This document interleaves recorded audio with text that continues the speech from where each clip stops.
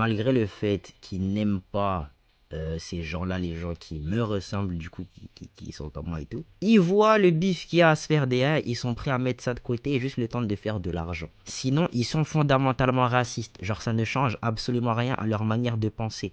Ok?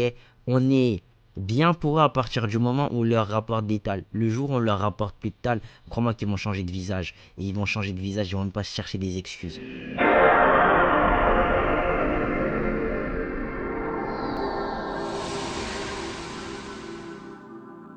Wagwan YouTube, ça dit quoi l'équipe? J'espère que vous allez bien. Moi ça va, alhamdulillah, vous connaissez votre boug. Aujourd'hui, famille, on est sur un TikTok de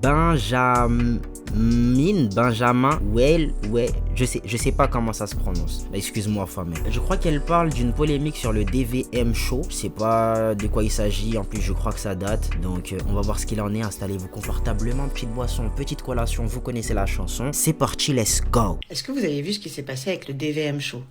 Bon, il va falloir qu'on en fasse un épisode de Parlons peu, parlons rap, parce que voilà, c'est un média rap notamment, enfin surtout qui est essentiellement sur Twitch et qui a une certaine audience aujourd'hui et qui invite régulièrement des artistes rap, que ce soit pour performer ou là maintenant ils sont en mode podcast, donc pour discuter ou avec des actrices de l'industrie, enfin plutôt des acteurs, hein, étonnamment.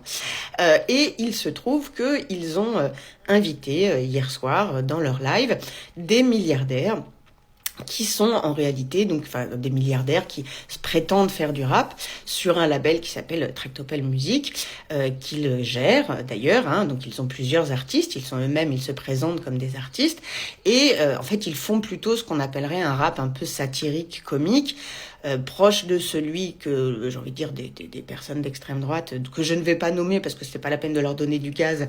Ok. Peuvent faire et qui n'est pas sans rappeler un certain rap qu'on pouvait connaître dans les années plutôt fin 90, début 2000, type TTC, et qui est pas toujours non plus un rap, en tout cas de grande qualité intellectuelle.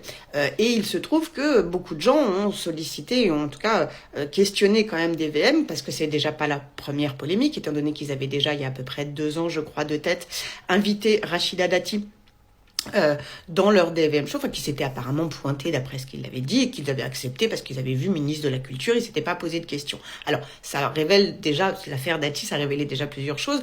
Faut se rappeler que Rachida Dati, c'est une femme qui a toujours été de droite, hein, ça elle n'a jamais dit. Qui est cette dame? Je m'y connais pas en politique, famille. J'ai déjà entendu le blaze, mais je sais pas de qui il s'agit. C'est pas la mère de... C'est pas elle, elle utilisait l'argent public pour s'acheter v'là les sapes là. C'est elle, non? 60 ans et... 60 ans, ça va, hein? Mais comment t'es de droite et ton blaze c'est Rachida? Purée, mais vous voyez pas là, vous voyez pas bien. C'est elle du coup, c'est elle. Comment t'es de droite et ton blaze c'est Rachida, s'il te plaît? I don't get it. I don't. Autre chose, d'ailleurs, elle n'a jamais assumé autre chose, et que cette femme-là, c'est pas parce qu'elle est issue de l'immigration, et qu'elle est issue de l'immigration maghrébine notamment, qu'elle est forcément du côté des Noirs et des Arabes. Ok, bon, elle a vite répondu à ma question. Purée, mais vous avez rien vu. Oh là là, pardon, famille. Pardon.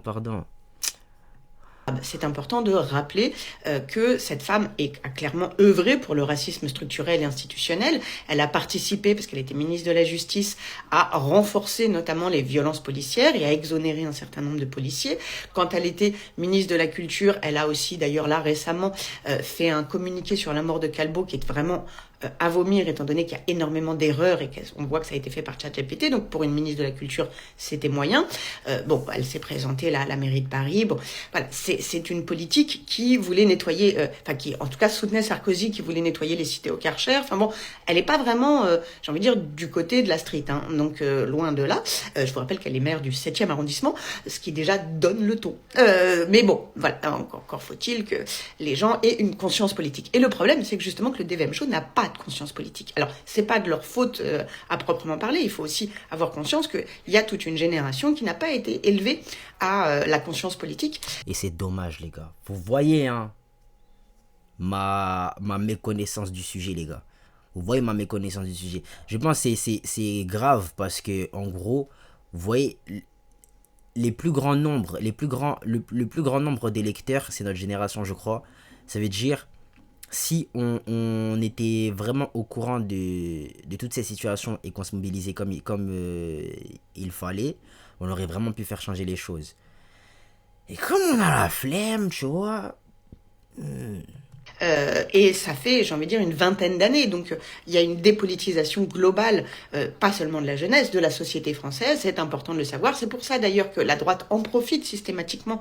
Parce que moins on a de conscience politique, plus on est éduqué politiquement, plus on a de chances d'être à gauche. Ça, c'est une réalité objective. Donc, moins on est éduqué politiquement, plus on a de chances d'être à droite. Et c'est pour ça, d'ailleurs, qu'il y avait des enjeux et qu'on disait souvent que, en France, si la gauche existait, c'est parce qu'il y avait un noyau militant, en réalité, qui éduquait politiquement, parce que c'est une éducation. La politique, et c'est une éducation dès le plus jeune âge à l'esprit critique et au questionnement. Et on voit bien d'ailleurs, dans l'émission, en tout cas l'extrait d'émission qui tourne sur X, sur Twitter même d'ailleurs,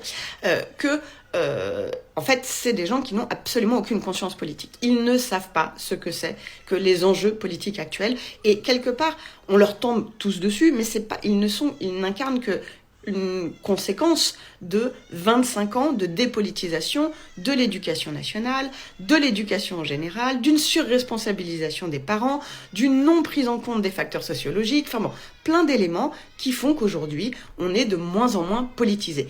Mais en même temps, ce que là, cet extrait démontre, c'est exactement ce que j'ai essayé de démontrer dans À qui profite le sale, le livre que j'ai écrit qui est paru en avril 2023, donc À qui profite le sale, sexisme, racisme et capitalisme dans le rap français, c'est combien finalement ces milliardaires sont proches en réalité de l'extrême droite.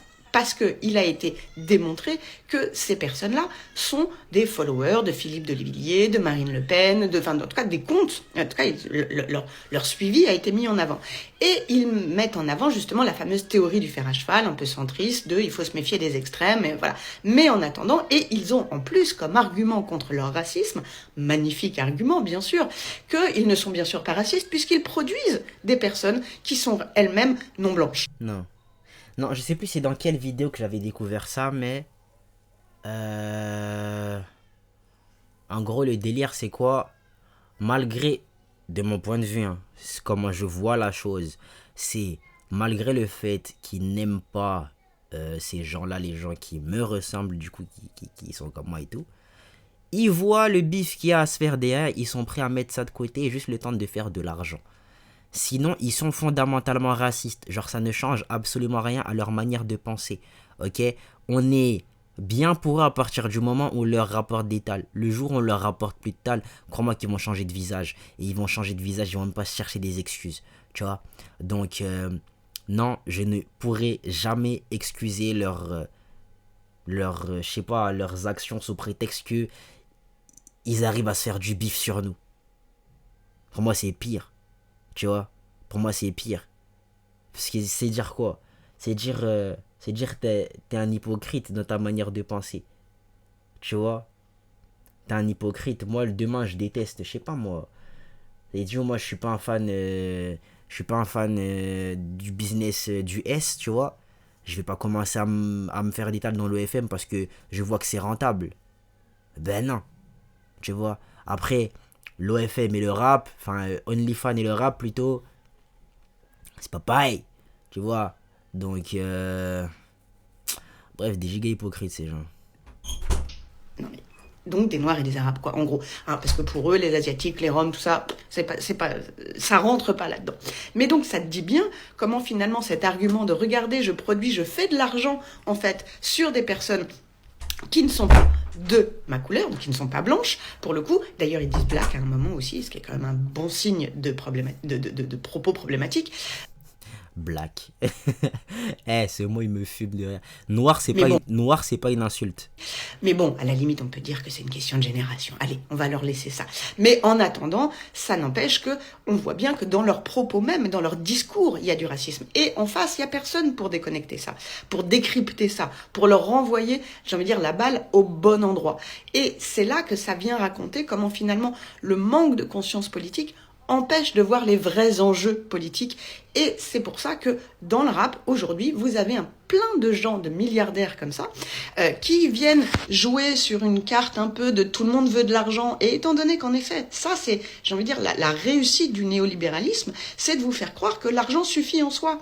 Et que faire de l'argent, ça suffit. En fait, c'est ça le but de la vie, c'est juste de faire de l'argent. D'être quelqu'un de riche, ça voudrait dire être quelqu'un de bien. Pendant longtemps, on a eu tendance justement à associer plutôt le être quelqu'un de puissant, c'était être quelqu'un de bien dans beaucoup de représentations. Aujourd'hui, on voit bien que c'est être quelqu'un de riche qui va faire la puissance et la bonté d'âme, soi-disant. Et que On a clairement vu le contraire avec les affaires des fichiers, là, vous connaissez déjà. Des démons, voilà. Moi, j'ai peur des gens qui sont riches, hein. Honnêtement, j'ai peur d'eux, enfin, surtout les vieux, blancs, riches, ils me font peur. Voilà. Supplément politicien, ils vont me faire encore plus peur. Ok. Riche pour moi, t'es loin d'être une bonne personne, hein, le sang. en fait, quelque part, ça suffit d'être riche pour démontrer quelque part, un peu à la manière protestante, très capitaliste, finalement, et là je vous renvoie à Weber et Éthique protestante et origine du capitalisme, c'est finalement que si je suis riche, c'est parce que Dieu l'a choisi, et donc quelque part que je suis quelqu'un de bien. C'est la démonstration, ça devient la démonstration. Tu penses que Dieu il donne de l'argent qu'aux gens qui sont bien, genre? Eh. Ces gens-là, ils sont pas musulmans, c'est là que tu captes, tu vois, genre... Non, c'est même pas un délire, ils sont pas... Ils croient pas, juste. Ils croient pas, gros. Tu penses que... Comment? En fait, c'est quoi? En islam, ce qu'on nous explique, c'est qu'ici, t'es vraiment ici pour être testé. C'est-à-dire sur tout ce que tu as, tout ce que tu fais, tout ce qui t'arrive, c'est un test. Tu captes? Ça veut dire, l'argent là, c'est un test. Et moi, franchement, ça me ferait flipper de devenir riche. Je vais assumer, je vais pas commencer à dire, ouais, non, Dieu, c'est bon, je vais pas de cette épreuve. Je vais essayer d'assumer, tu vois. Mais c'est une épreuve qui me fait flipper parce que tu vas rendre des comptes là-dessus. T'as vu? Si je deviens archi riche, il va falloir que je fasse bellec. Ok? C'est l'argent là qui peut m'emmener en enfer. Tu captes? Et donc son argument de oui, j'ai de l'argent donc je suis une personne bien. T'as de l'argent, si t'es une personne bien, tu le donnes cet argent. Est-ce que t'as besoin d'autant d'argent réellement dans cette life? T'as pas besoin. Donc, ouais. C'est un argument éclaté au sol. De sa bonté d'âme, ce qui est complètement néolibéral et qui est complètement tordu en réalité. Oui. Non, c'est vos actions et la manière dont vous vous comportez avec les gens qui dit si vous êtes quelqu'un de bien ou pas. Normalement, hein, c'est les faits, pas les dires. Et donc, on voit bien que là, on a une promotion de deux personnes qui sont exactement ce contre quoi, j'ai envie de dire, on est censé lutter si on est vraiment du côté de l'antiracisme et de la promotion de cette culture, pas simplement de cette musique, mais de cette culture. Et c'est là qu'on voit les mélanges et les affinités qui se créent. Tout ça pour la moula. Allez, sur ce, je vous laisse. Est-ce que c'est étonnant? Est-ce que c'est étonnant d'avoir une émission aussi big que DVM? En fait, t'as l'impression... comment dire? Enfin non, en fait, ce que je vais dire, elle l'a déjà dit. Dans le sens où t'es prêt à mettre un peu tes principes de côté parce qu'il y a de l'argent sur la table. Tu vois, je trouve ça dommage. Parce que DVM, moi, l'impression que j'avais, c'est que c'était quelque chose de plutôt indépendant. Qu'ils n'avaient pas quelqu'un au-dessus d'eux pour leur dire oui, invite un tel, il faut que tu invites un tel, etc. etc. Pour moi, ils ne suivaient pas un agenda.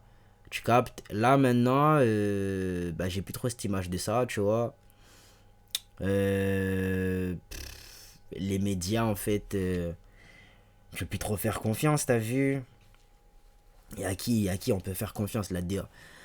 Je te parle de tout type de médias, hein. Peut-être Hugo Décrypte. Voilà, Hugo Décrypte. J'ai découvert le média là, AJ+. C'était Al Jazeera. Je suis sous le choc. Donc, ouais, Bellec. Bellec. Genre à ce qu'on guette dehors et tout. Alors, on n'est pas sur un sujet que je maîtrise, formé. On n'est pas sur un sujet que je maîtrise. Ceci étant dit, et voilà la Mifzer, vous me direz ce que vous en avez pensé dans les commentaires. On se dit à la prochaine pour la prochaine. Vous savez quoi faire pour retenir là ce fort. Purée, j'ai tapé le micro. Ciao les nazes.